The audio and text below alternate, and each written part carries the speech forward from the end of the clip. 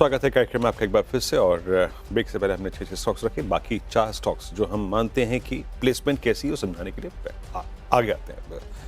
HCL technologies, देखिए आज gift Nifty जो सिंक होता हुआ, कल निफ्टी आई थी 200 EMA पे बंद हुआ, वो अगर कोलैप्स होता है तो सबसे गंभीर, देखिए इसमें हमारे पास अर्निंग सपोर्ट भी नहीं था, इस बार की क्वार्टरली अर्निंग्स भी खराब थी, इसकी सबसे बड़ा सिंक जो पोस्ट अर्निंग्स हुआ था उसमें से ये भी एक शामिल था। रेंज थी, रेंज को कल इसने वायलेट किया है with look at the quantum of shorting 9 point और लॉन्ग अनवाइंड नहीं 9.61% ओआई शेड हो गया, यानी जिसने लोअर रेंजेस पे इसको पिक किया था लॉन्ग साइड पे वो निकल गया। तो अब याद रखिएगा 1670 अगर ये स्टेबल हो रहा है तो इसका मतलब ये जो रिसेंट स्विंग्स लो थे 1660 1650 के लिए अपने आपको प्रिपेयर करेगा। उसके बाद नायका में मैं देख रहा था जो सेलिंग आई है 173 74 75 के जोन से एक्स्ट्रा ऑर्डिनरी सेलिंग थी। और कल की आप शॉर्टिंग देखिए 12%, यानी बेचने वाले के अंदर उसके मन में उसके कन्विक्शन में उसको स्ट्रॉन्ग कन्विक्शन था। अब याद रखिएगा अगर ये सेटल हो जाए 164 के नीचे, यानी इसका मतलब ये है कि जनवरी फरवरी का बेस टूट रहा है और in that case 156 151 is open. Divi's lab, ये मैं अगेंस्ट ऑल ऑड्स जो अमेरिकी राष्ट्रपति की टिप्पणी के बाद फार्मा में कोलैप्स आया था उसको उसने पूरा का पूरा एब्जॉर्ब करने के बाद पूरे फार्मा में इसने एक स्ट्रॉन्ग क्लोज दिया। परसों रिवर्सल था 100 EMA से, कल ये सारे रेंज के ऊपर क्लोज हुआ, अच्छी शॉर्ट कवरिंग थी, 3% ओआई शेड हुआ। देखिए अब बात यह है कि गैप डाउन तो सब में ही होगा आज, बट ये स्टेबल कब तक रहेगा? जब तक ये 5900 के ऊपर है स्टेबल रहेगा और 6000 की ट्रेजेक्टरी के ऊपर इसमें 6200 तक का स्विंग खुला हुआ है। और लास्ट, जब आप पुल बैक ट्रेड्स लोकेट करते हैं, जब विचार विमर्श करें अपने, आई थिंक किसी भी एनालिस्ट से आप किसी ट्रेड के लिए, तो एक्साइड को आप इस लिहाज से कंसिडर कीजिएगा कि इसने बहुत दिनों बाद अपने 20 EMA को पार किया, अच्छी शॉर्ट कवरिंग थी, 6.25% ओआई शेड हुआ यहाँ पर। आशीष ओके, ये है बढ़िया से आइडिया। अच्छा सॉरी, कल सुबह अपन ने CIE ऑटोमोटिव, वही ऑटो एंसरी थी जो मेंशन करी थी, मेरे ख्याल से ग्रीन में बोला था कि नतीजों से पहले पिटा हुआ स्टॉक है, रडार पे रखिएगा।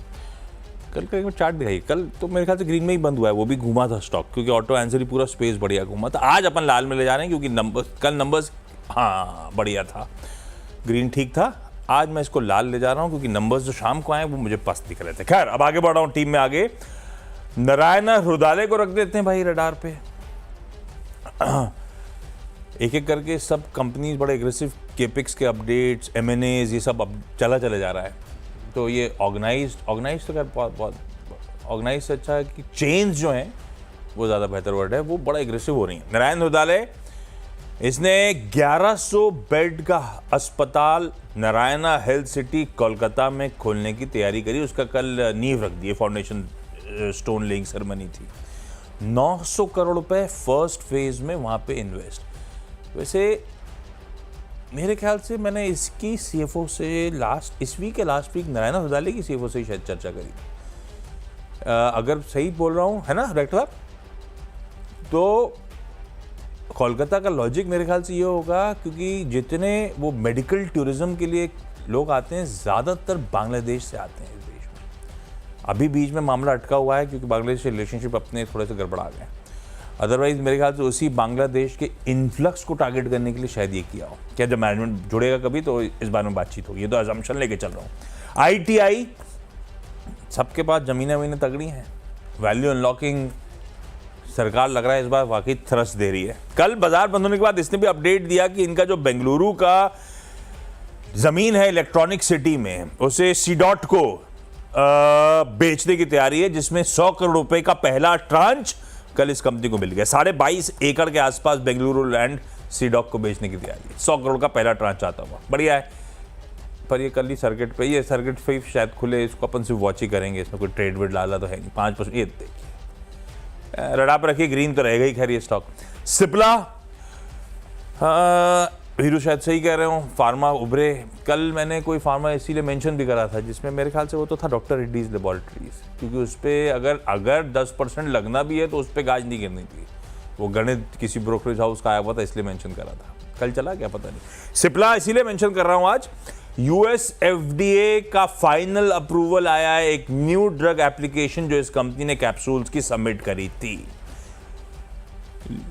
ल्यूकेमिया के क्रॉनिक सिम्टम्स को ट्रीट करने की। शायद इसी आने वाले FY26 में ही USA में प्रोडक्ट लॉन्च हो रहा होगा। ग्रीन कर दिया। स्नाइडर इलेक्ट्रिक इंफ्रास्ट्रक्चर, इसको रेडा पे इसीलिए रख रहा हूँ क्योंकि जब मैं ग्लोबल संकेत पढ़ रहा था आज सुबह आके, रात में तो नहीं, तो स्नाइडर का जो पेरेंट है, इसकी पेरेंट आपको को प्रमोटर सिंगापुर की एंटिटी नजर आएगी, पर इवेंचुअल है ये स्नाइडर इलेक्ट्रिक यूरोप की। कल उसके यूरोप में नतीजे आए थे, नतीजों से अर्निंग्स बीट सॉलिड थी, स्टॉक अच्छा उछल रहा था, पेरेंट अच्छा कर रहा है, तो मैंने सोचा रब ऑफ के तौर पे यहाँ की एंटिटी को मेंशन कर देता हूँ। ग्रीन कर दिया है इस स्टॉक को, देखते हैं आज का बिहेवियर। 10-10 हो गए पूरे। क्विकली छोटा सा ब्रेक के उस पर जब लौट के आएंगे तो टीम्स का एक क्विक रैप अप।